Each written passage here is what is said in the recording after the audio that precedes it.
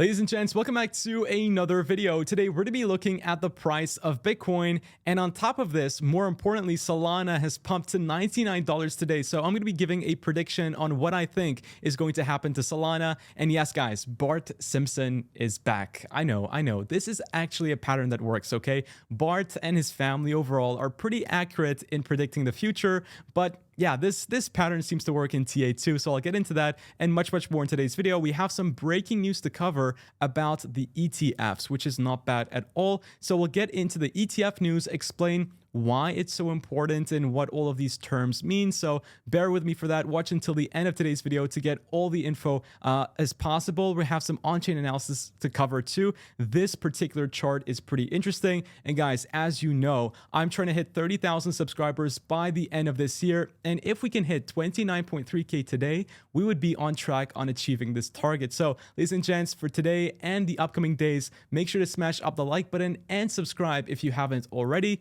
But guys, let's start off by Bitcoin, then we'll go into the breaking news. So going into the chart of Bitcoin, we can see that Bitcoin is kind of barting out. Now, what does this mean? I know it sounds stupid, but what happens is Bitcoin, when it has a choppy situation like this, where we're not really going anywhere and it's in a zigzag form, we tend to see a break towards the downside. Now, this could happen after testing important resistance, which we talked about, and took profit on our trade just a couple of days ago. So Bitcoin may see a drop towards the downside, and if we do see it, don't be scared. It is fine. However, this can then form into a head and shoulders pattern, which would not be amazing. But of course, this is not confirmed yet. Let's see what happens. I will update you guys as much as possible on my Twitter and on my free Telegram community. So you can go ahead and join. They're both free to, of course, follow. And yeah, you'll be updated as soon as I do anything with this trade, or we see a breakdown in terms of TA. You can go to the link in the description below to not sign up, but you can follow me on Twitter and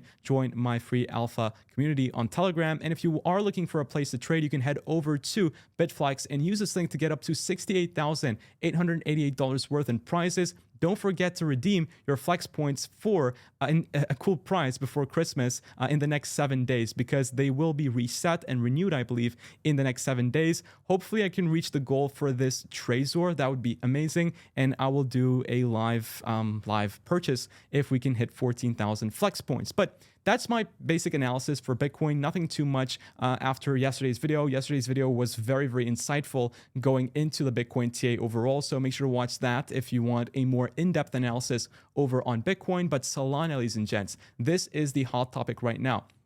Solana pumped to $99, which is pretty crazy, but there's something that I would be on the lookout for. I think Solana will perform very well in the next bull market, or the current bull market that we're in.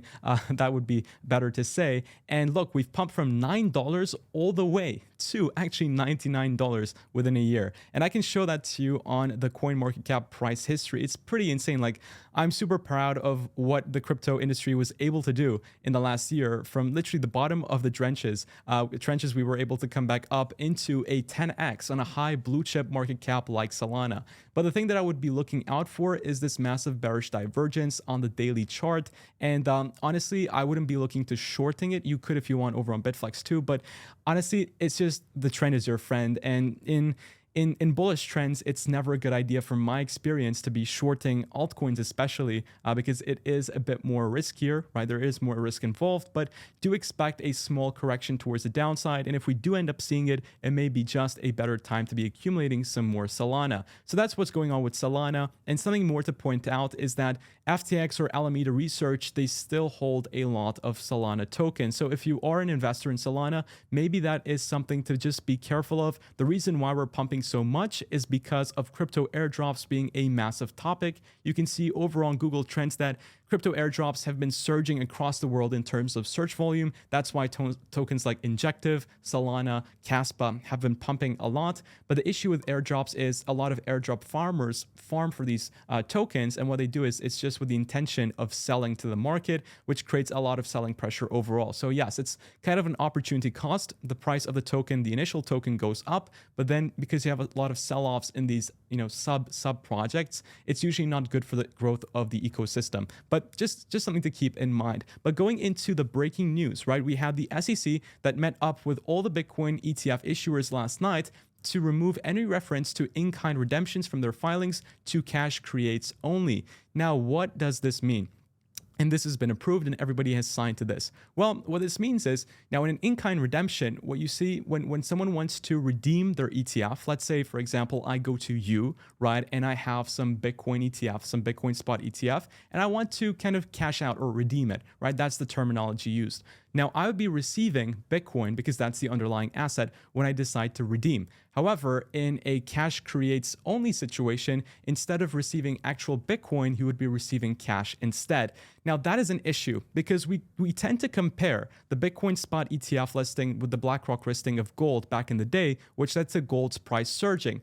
See, gold, right, and silver and all of these big guys in terms of in the commodities and precious metal space, they all have in-kind redemption instead of cash. Now, this is not massive bearish news, but if it was redemption in kind, then it would have basically given more Bitcoin to people, to institutions actually purchasing and then redeeming their ETFs. And it would reduce the supply more and increase the demand would stay the same, but the supply would drop, increasing the Bitcoin's price furthermore. So yes, it's not the best ideal situation. And at this point, honestly, instead of then buying an ETF, institutions may as well buy up MicroStrategy shares because I did the math, right? If you buy up MicroStrategy shares, you actually end up getting more Bitcoin, right? More Bitcoin compared to your stock value that you buy in for. So MicroStrategy also, their aim is to acquire more Bitcoin. And if you just end up buying MicroStrategy shares, you may just end up with a company that at least has more Bitcoin to what you're paying for